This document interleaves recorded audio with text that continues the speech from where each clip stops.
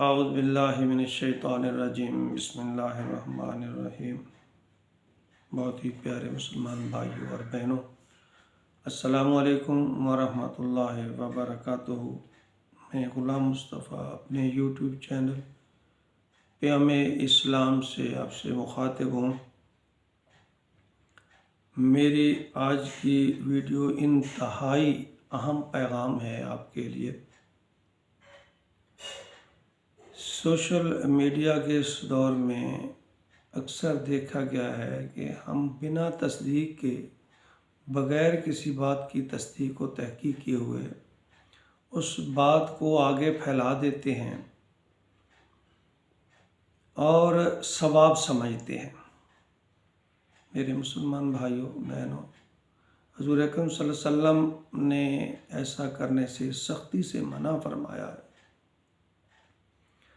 حضور صلی اللہ علیہ وسلم نے فرمایا کہ کسی مسلمان کے لیے یہی جھوٹا ہونے کے لیے یہی کافی ہے کہ وہ ہر سنی سنائی بات کو آگے کہہ دے، یعنی اس کی تصدیق بھی نہ کرے اور اس کو آگے کہہ دے۔ اس کے جھوٹے ہونے کے لیے یہی کافی ہے۔ میں ابھی تھوڑی دیر پہلے سوشل میڈیا پہ ایک میسیج پڑھ رہا تھا، اس میں یہ کہا گیا تھا کہ حضور اکرم صلی اللہ علیہ وآلہ وسلم نے حضرت علی رضی اللہ تعالی عنہ سے فرمایا کہ اے علی، تو 5 کام کر کے سویا کر، کہ 4000 درہم صدقہ کر کے سویا کر، اور 1 قرآن پاک کی تلاوت کر کے، 3 جنت کی قیمت ادا کر کے، اور 4 کہ 2 جھگڑنے والوں کے درمیان صلح کر کے، اور 5واں 1 حج ادا کر کے۔ تو حضرت علی رضی اللہ تعالی عنہ نے سوال کیا، یا رسول اللہ، یہ کام کیوں کر ممکن ہیں؟ تو آپ نے فرمایا کہ 4 مرتبہ الحمدللہ یعنی سورت فاتحہ پڑھنا، یہ 4000 درہم صدقہ کے برابر ہے۔ 3 مرتبہ سورت اخلاص پڑھنا قرآن پاک پڑھنے کے برابر ہے۔ 3 مرتبہ درود پاک پڑھنا جنت کی قیمت ادا کرنے کے برابر ہے، اور 10 مرتبہ استغفار کرنا 2 جھگڑنے والوں کے درمیان صلح کرنے کے مترادف ہے، اور 4 مرتبہ تیسرا کلمہ پڑھنا حج ادا کرنے کے برابر ہے۔ تو میں نے اس بات کی تصدیق کرنا چاہی کہ احادیث مبارکہ سے کیا یہ ثابت ہے۔ آپ کو علم ہوگا، جو لوگ میری ویڈیو متواتر دیکھ رہے ہیں، کہ میں ہمیشہ قرآن اور سنت سے باہر نہیں جاتا، قرآن اور سنت کی بات کرتا ہوں اور پہلے اس کی تصدیق کرتا ہوں۔ تو میں نے اس کی تصدیق کرنا چاہی۔ بے شک یہ اعمال برکت والے ہیں۔ مختلف حدیث میں ہے کہ 3 دفعہ سورت اخلاص پڑھنا یہ قرآن پڑھنے کے برابر ہے، اور دوسرے اعمال بھی، یہ سب اعمال برکت والے ہیں۔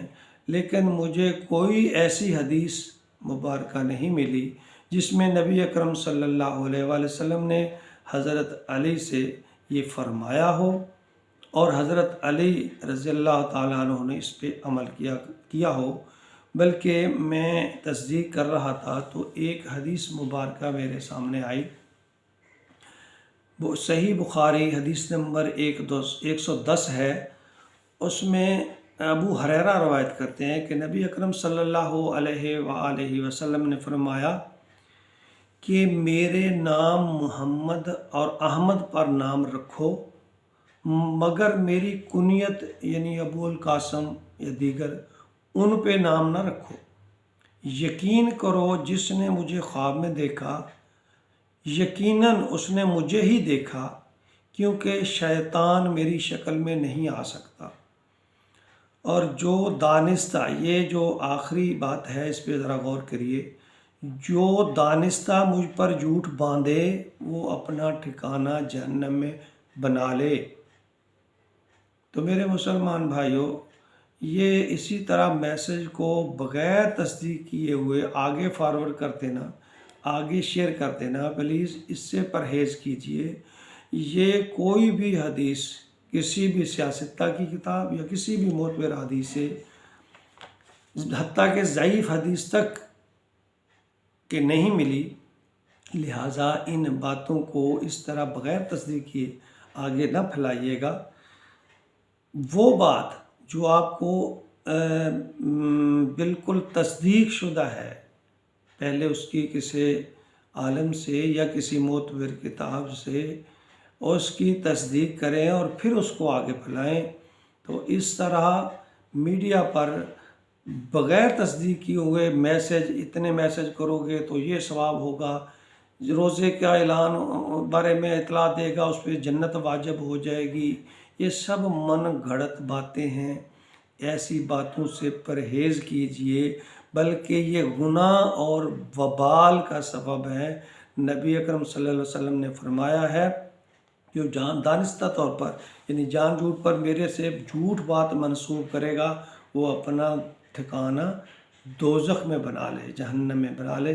پیارے مسلمان بھائیوں، بغیر تصدیق سے کے کسی اس طرح کے میسج کو آگے فارورڈ نہ کریں۔ اللہ تعالی ہمیں حق اور سچ بات کہنے کی توفیق عطا فرمائے، آمین یا رب العالمین۔